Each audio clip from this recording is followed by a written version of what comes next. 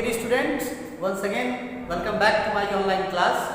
I am Rahul Rajput, your math teacher of Self-Him Public School.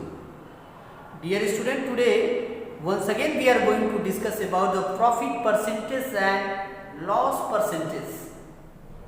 But today we are going to discuss about the word problems types questions. Okay, dear student, previous video में previous class में हमने profit percentage और profit loss के बारे में बहुत अच्छे तरीके से पढ़ा था। आपने उस वीडियो में देखा होगा कितना आसानी से हम अगर किसी भी वस्तु का किसी भी ऐसी चीज़ है जो हम मार्केट से खरीद के ला रहे हैं उसको सेल कर रहे हैं तो प्रॉफिट हो रहा है तो कितना परसेंट का प्रॉफिट हो रहा है, लॉस हो रहा है तो कितना परसेंट का लॉस हो रहा है, ये हम बहुत अच्छे तरीके से जानना समझ चुके हैं, जान चुके हैं। कैसे हम उसको यूज करते थे, कैसे हम फार्मूले के अकॉर्डिंग उसको सॉल्व करते थे, हम बेहतर तरीके से जान चुके हैं। डियर स्टूडेंट, उसी फार्मूले को हम अब वर्ड प्रॉब्लम टाइप क्वेश्चंस को कैसे हम यूज करेंगे, आज के वीडियो में हम ये सीखेंगे। डियर स्टूडेंट, एक बोर्ड पे हमने क्वेश्चन ऑलरेडी ड्रॉ करके रखा है, आइए उसको देखते हैं वो क्वेश्चन कैसे सॉल्व होगा according to formula. Dear student, question कह रहा है क्या, Jessica bought a flower vase for rupees 1500 and sold it for rupees 2100. Find her profit as loss percentage. Profit हो रहा है या लॉस हो रहा है ये हमें परसेंटेज में बताना है। आइए क्वेश्चन को एक बार और समझते हैं। कह रहा है जेसिका बॉट ए फ्लावर वेस, फूल को रखने का जो वस्तु होती है उसे फूलदान कहा जाता है, उसी को हम वेस कहते हैं। Jessica bought a flower vase for rupees 1500 rupees. Jessica जो फूलदान खरीदती है फ्लावर रखने के लिए, वो जो है 1500 रुपीज में खरीदती है। एंड सोल्ड, और उसको बेचती है, इट फॉर रुपीज 2100 रुपीज। तो for find her profit and loss percentage. Dear student, इस क्वेश्चन में एक चीज देख पा रहे हैं कि प्रॉफिट या लॉस जानने के लिए हम क्या करते हैं, सेलिंग प्राइस और कॉस्ट प्राइस का कंपेयर करते हैं। अगर हमारा सेलिंग प्राइस कॉस्ट प्राइस के अकॉर्डिंग क्या है, ज्यादा है, तो हमें प्रॉफिट होगा।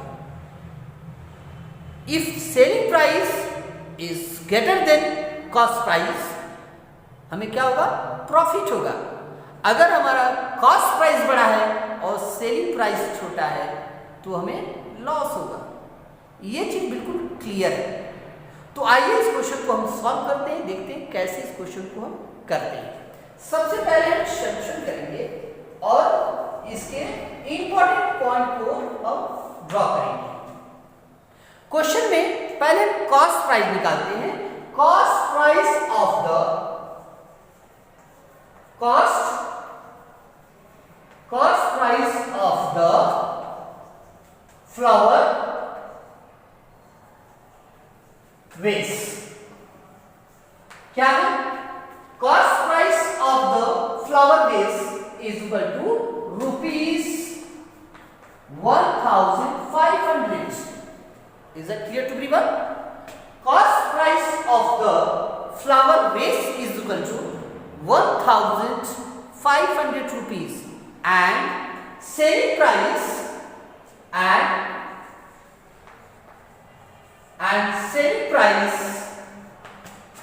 of the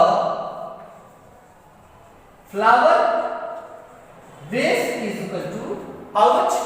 2100 rupees. You know, 2100 rupees. Dear student, यहाँ पे आप देख पा रहे होंगे कि CP is greater than SP। ये चीज आपको याद रखना है। CP is greater than SP is greater than CP, so यहाँ पे देखिए CP हमारा क्या है, बड़ा है किससे, SP से, तो हम क्या करेंगे, so there is a profit, so there is a क्या होगा, प्रॉफिट होगा, so there is a profit। अब देखिए अगर हमें प्रॉफिट अगर निकालना रहेगा तो क्या करेंगे, बहुत आसान है, चलिए देखते हैं। प्रॉफिट इज इक्वल टू कितने का प्रॉफिट हुआ, तो profit is equal to SP minus CP. Clear है, profit is equal to SP minus CP. अब देखिए यहाँ पे इज इक्वल टू हमारा एसपी क्या दिया हुआ है, एसपी का वैल्यू दिया है rupees 2100 and minus rupees cost price का वैल्यू दिया है 1500 rupees. CP is equal to 2100 rupees and SP is equal to 2100 rupees and cost price is equal to 1500 is equal to, यहां से क्या करेंगे, इसको माइनस कर देंगे, इज इक्वल टू रुपीज 600। ये हमारा क्या हो गया, प्रॉफिट हमारा हो गया 600 रुपीस। अब हम क्या करेंगे, प्रॉफिट परसेंटेज निकालेंगे। तो देखिए प्रॉफिट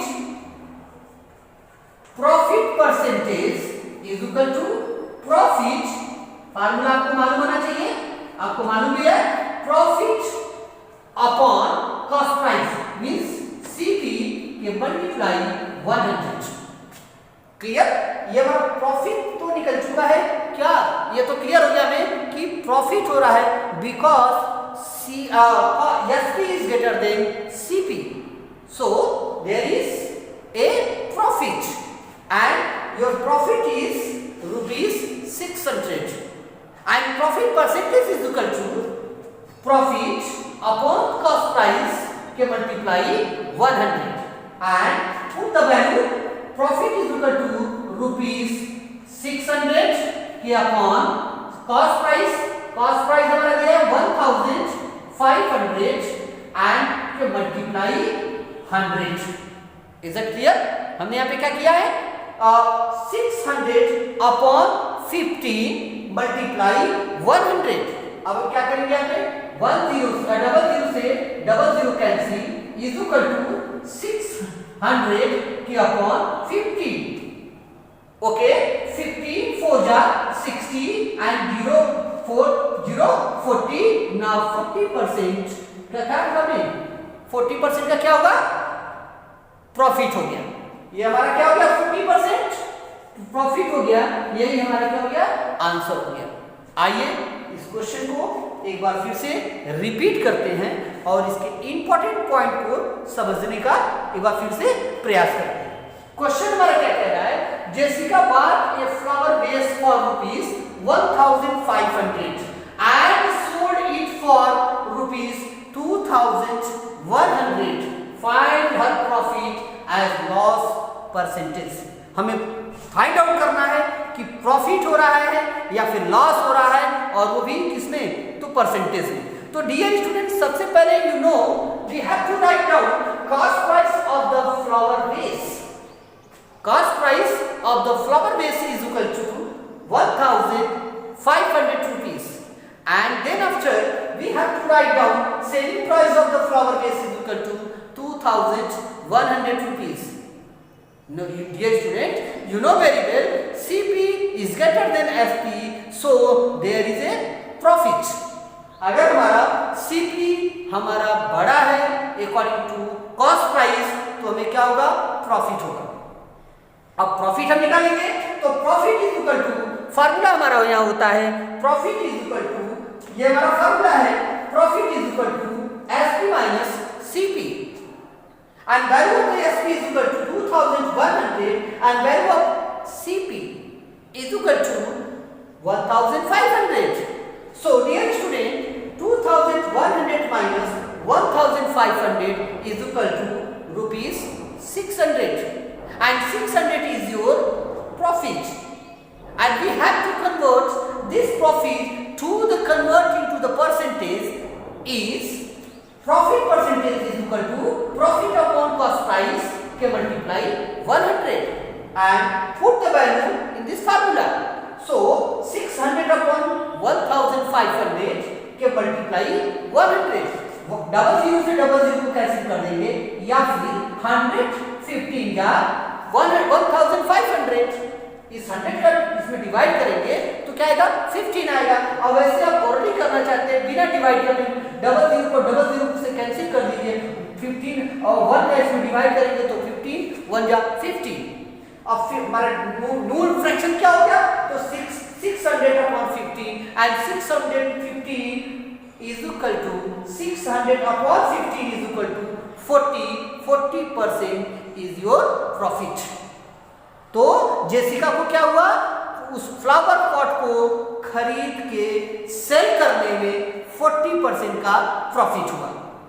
कैसे हो रहा है ये आपने अकॉर्डिंग टू ऑल स्टेटमेंट आपने देखा कितने तरीके से कैसे हम इसके क्वेश्चन के हर स्टेप को बहुत ही स्टेप बाय स्टेप क्लियर किया और कैसे इसके प्रॉफिट को हमने फाइंड आउट किया है।